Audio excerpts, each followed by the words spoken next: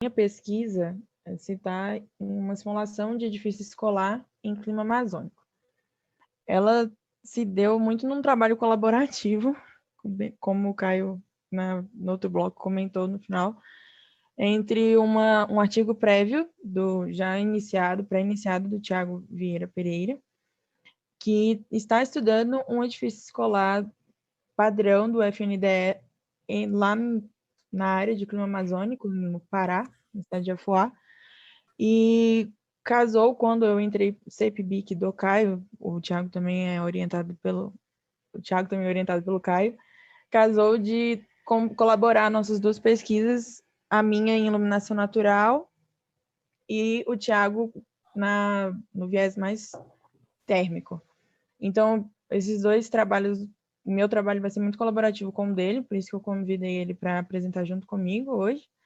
O João Carneiro vai entrar também no estado de coautor com a parte de ventilação natural, e todos nós somos orientados pelo Caio e pelo Tiago também, que participou muito no início com o artigo do Tiago.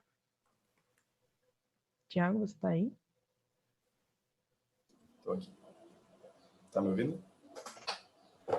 Estamos. Sim, Tiago.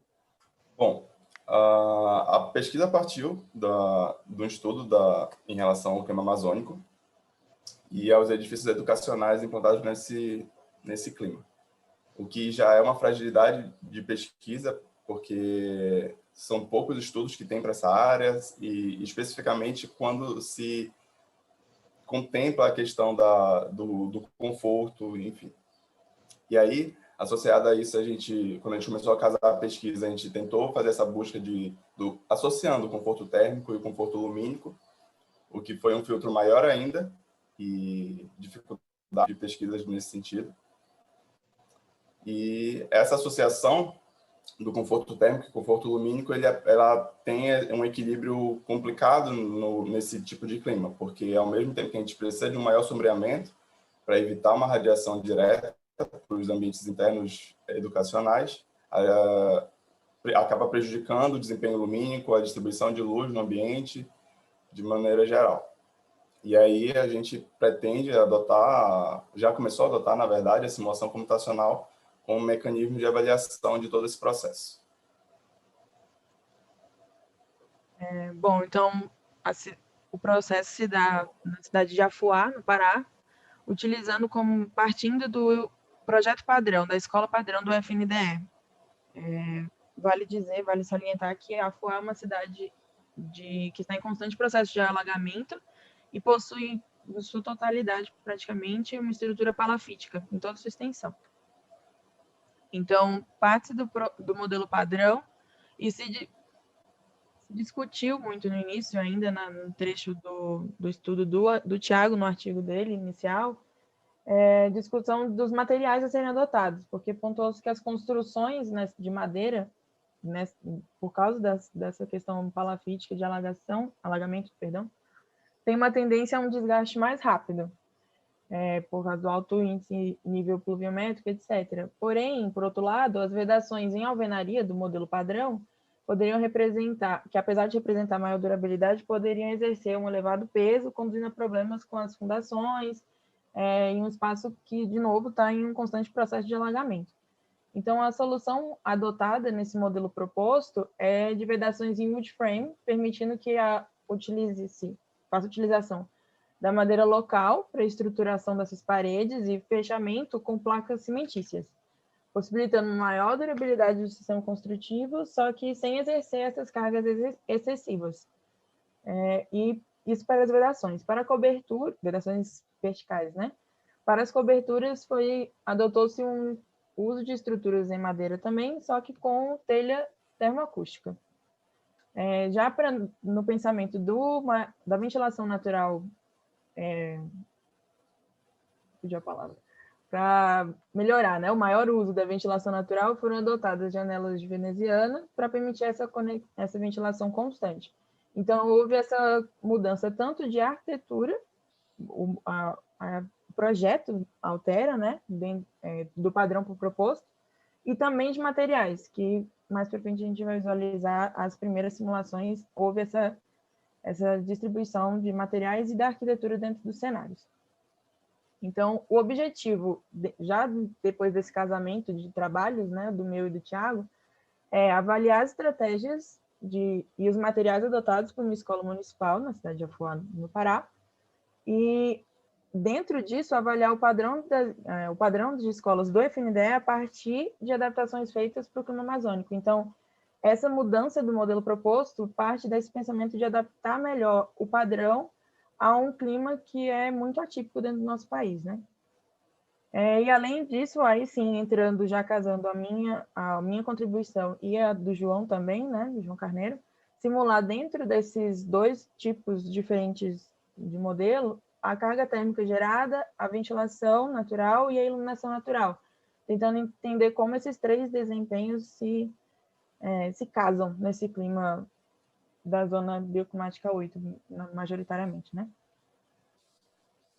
Então, o método assumido foi o de simulação. Para o conforto térmico, utiliza-se o programa Design Builder. Para o conforto lumínico... Está trocado, peço desculpas. Para a simulação de conforto lumínico, é o Relux. E na simulação de dinâmica de fluidos computacional, o ANSYS, que, devo acrescentar aqui, a gente está até ponderando quais seriam os melhores programas, né? Principalmente nessa questão do ANSYS, o João estava até discutindo com a gente qual seria a melhor abordagem de programas mesmo para essa avaliação. Bom, aqui seriam os cenários que já foram simulados, já foi simulado até o cenário 6 na questão térmica, no Design Builder, e o 7 e 8 seriam... O 7 e 8 ainda estão por ser simulados, porque existe essa troca entre as simulações. O primeiro cenário seria o cenário padrão, onde apresenta tanto a arquitetura padrão quanto os materiais utilizados no FNDE. O segundo cenário já seria o modelo com a nova arquitetura, apresentando os mesmos materiais padrões do primeiro cenário. E aí a gente pega o cenário 3, 4, 5, que seriam os cenários onde haveria a variação desses materiais para avaliar o impacto que cada um deles, no caso a telha de barra de metálica com poliestireno, e o impacto do wood frame individualmente para ver qual deles teria um impacto maior ou menor, né, nesse desempenho da edificação. E por último, o cenário 5, que seria a associação tanto da arquitetura nova quanto de todos os materiais novos a serem adotados. Thalita. A partir disso, dessa primeira avaliação térmica, entram os cenários 6, 7 e 8, que a gente inverte a abordagem. Então, analisa-se as variações, né, lumínicas, então, sem beiral, sem o forro e com o shed, e uma proposta de uma modelagem final com pontos de telha transparente no telhado para que se avalie a possibilidade de atendimento de uma melhoria no desempenho lumínico para se retroalimentar a simulação térmica para que a gente consiga... O objetivo inicial da coisa é achar esse equilíbrio, ou se na realidade ele é possível, analisar se ele é possível, esse equilíbrio entre o lumínico e o térmico numa zona bioclimática complexa como a 8, né? Então, esses últimos cenários ainda estão para ser simulados por causa dessa retroalimentação, de primeiro identificar o térmico para se passar para o lumínico e depois voltar para o térmico numa retroalimentação. 9 minutos. Apresentar rápido aqui, esses foram os resultados iniciais, preliminares. Aí é só um gráfico indicando a variação do POC em relação ao índice adaptativo. Pode passar, tá? Aqui são os resultados iniciais, como eu falei. Bom, o cenário 1 é o que apresenta o pior desempenho, que é a arquitetura da FNDE e os materiais da FNDE, enquanto que, quando a gente faz a transição para a nova arquitetura, apresentando os materiais padrão, do modelo padrão, tem um salto, apresentando já o melhor cenário, em teoria, e quando a gente vai e altera para as paredes em wood frame há uma baixa nesse percentual, para 65%, e alterando já a telha metálica, a gente sobe para 69% novamente, demonstrando aí que a parede de wood frame e a parede de alvenaria são os fatores que vão ter maior interferência nessa qualidade, nesse desempenho dos materiais. E, enfim, o cenário 5 já seria o novo, com os novos materiais na sua totalidade, e eles apresentam a diminuição novamente, comprovando que o problema ou o menor desempenho seria na parede de wood.